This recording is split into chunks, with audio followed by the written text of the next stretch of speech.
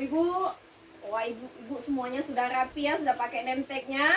Sudah. Enak Bu kalau pakai name tag gini. Jadi saya lebih mudah berinteraksi sama ibu-ibu. Jadi selain itu juga saya bisa lebih mengenal ibu-ibu lebih mudah gitu ibu-ibu.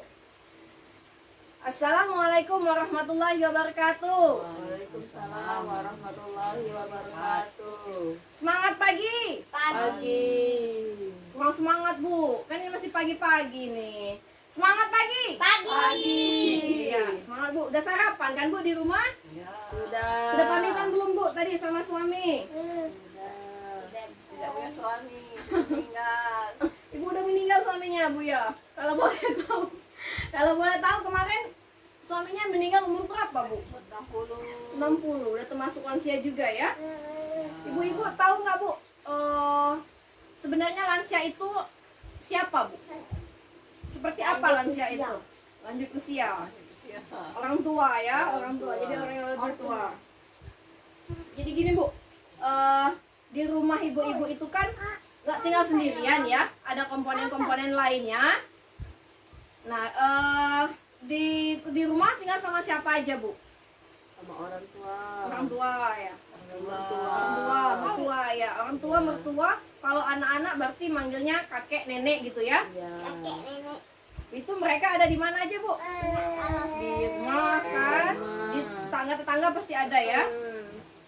Nah, Bu, untuk lebih detail, untuk lebih memahami tentang lansia, kita lihat flip chart 1 ini Bu. Di sini pengertian lanjut usia. Kelihatan kan Bu? Sini masih kebaca nggak Bu? Iya. Jadi kan maksud saya kalau ibu-ibu kebaca, saat saya menyampaikan, ibu juga bisa sambil membaca. Jadi kan ada interaksi kita, belajarnya itu audiovisual kan kayak gitu, suara langsung baca juga kan, dapat materi biar lebih melekat dalam pikiran ibu-ibu. Di sini ada pengertian lanjut usia. Ini ada 2 versi Bu, dari menurut WHO, Organisasi Kesehatan Dunia ya, terus menurut undang-undang. Nah, menurut Organisasi Kesehatan Dunia atau WHO, batasan terhadap lanjut usia dalam 4 kategori. Digolongkan 4 macam ya kalau lansia itu kalau menurut WHO. Yang pertama itu usia pertengahan. Nah, usia pertengahan ini umurnya 45 sampai 59 tahun. Kemudian lanjut usia. Nah, lansia ya. Dari umur 60 sampai 74 tahun. Lanjut lagi itu lansia tua. Lansia tua 75 tahun sampai 90 tahun. Kemudian lanjut lansia sangat tua. Di atas 90 tahun ibu-ibu.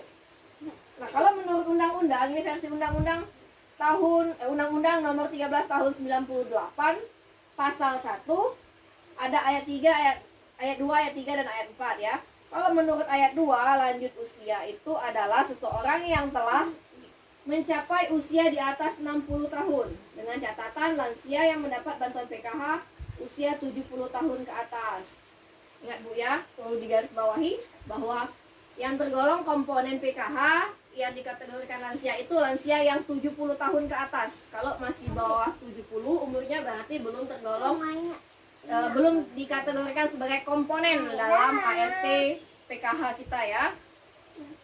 Terus dalam ayat 3, lanjut usia potensial adalah lanjut usia yang masih mampu melakukan pekerjaan dan atau kegiatan yang dapat menghasilkan barang dan atau jasa. Ayat 4, lanjut usia tidak potensial adalah lanjut usia yang tidak berdaya mencari nafkah sehingga hidupnya masih bergantung pada bantuan orang lain. Tadi pengertian lansianya. Terus jadi pertanyaan kepada dalam diri kita, mengapa harus peduli kepada lansia ibu-ibu? Nah, di sini ada lebih detail mengapa kita perlu peduli kepada lansia. Itu ada amanat undang-undang yang mengaturnya tentang kesejahteraan lansia, bahwa lansia itu memiliki hak yang sama dalam kehidupan kita, Bu. Kemudian jumlah lansia yang terlantar itu semakin meningkat. Berdasarkan info dari Kementerian Sosial tahun 2015, 16 juta lansia, dari 16 juta lansia, setidaknya ada 2,8 juta lansia yang terlantar. 2,8 juta Bu yang terlantar, lumayan ya. dan 4,6 juta lansia yang potensial terlantar. Data menyebutkan lansia mengalami kekerasan dan penelantaran. Lansia adalah orang tua yang membesarkan dan mendidik dengan kasih sayang.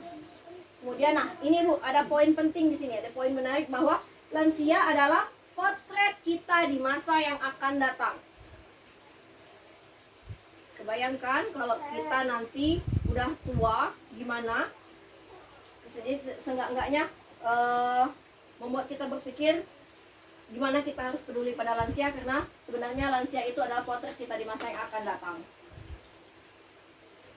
Nah, tadi udah tahu kan Bu ya pengertian lansia, kita udah belajar. Terus kenapa harus peduli pada lansia? Itu ibu-ibu juga udah paham ya. Selebihnya kita harus memahami juga Bu, memahami lansia. Kenapa harus kita pahami? Karena jenis-jenis lansia itu bisa dibilang kekurangannya itu berbeda-beda Bu. Entah itu dari sisi mungkin ada yang pikun, atau mungkin ada lansia yang dengan tingkah laku yang aneh, kanak-kanakan gitu, macam-macam ya lansia itu. Nah, jadi mengapa kita memahami lansia? Karena tiap lansia dapat saja mengalami permasalahan yang sama namun berbeda penanganannya. Kemudian dari penanganan masalah ini disesuaikan dengan tipe lansia dan disesuaikan kondisi lansia secara fisik maupun psikisnya.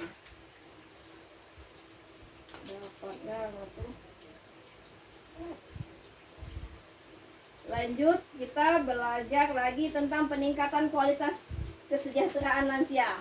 Kualitas kesejahteraan lansia itu ada 2 subjek yang berperan penting Bu. Yang pertama pemerintah, yang kedua masyarakat.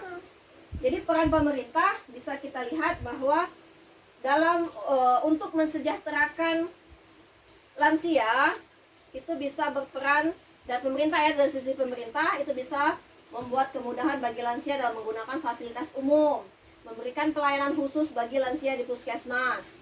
Nah, terus untuk dari kita di sini, maksud saya yang belum lansianya ya, cara pengakuan kita untuk meningkatkan kesejahteraan lansia bisa dilakukan dengan kerjasama dengan puskesmas untuk menyediakan posyandu lansia, menginisiasi kegiatan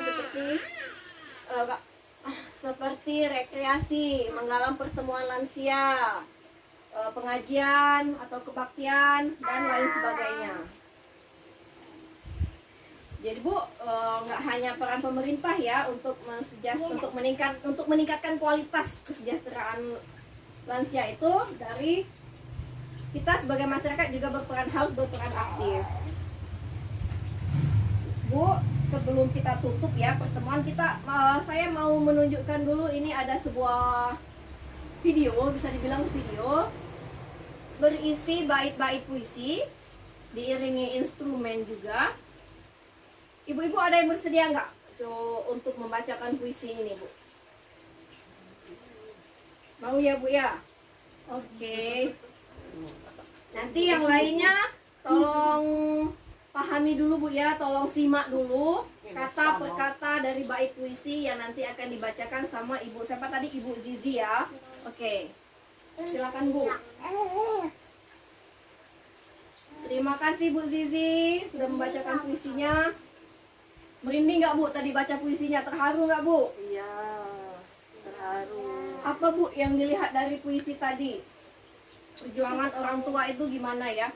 Membesarkan anak, merawat anak sampai dewasa, sampai sukses. Nah, begitu juga yang dia harapkan ya, setelah dia tua, setelah masa lansianya.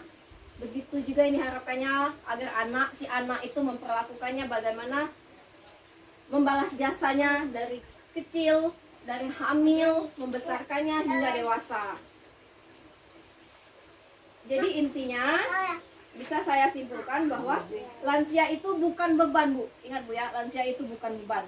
Lansia adalah kita di masa depan. Mari perlakukan lansia dengan baik, karena biasanya apa yang kita tabur itu yang akan kita tuai. Mari beri dukungan dan semangat kepada lansia agar lansia tetap bahagia dan berkarya. Lansia Indonesia harus sehat dan bahagia. sebelum saya mengakhiri pertemuan kita bikin kesepakatan dulu, Bu. Mau ya, Bu ya? Jadi apakah yang saya bicarakan pada pertemuan ini penting, Bu, untuk dilakukan? Penting. Penting ya? Ya. Terus apakah kita dapat mempraktikannya? Bisa. Nah, ingat Bu ya, jadi PR untuk kita, apa yang telah kita pelajari, kita kan sepakat bahwa kita pelajari ini penting-penting semua. Terus kita terapkan dalam kehidupan sehari-hari, Bu. Bagaimana kita memperlakukan lansia. Oke, terima kasih Ibu-ibu untuk waktunya telah menyimak saya. Mohon maaf jika ada salah, baik itu perkataan yang disengaja ataupun tidak.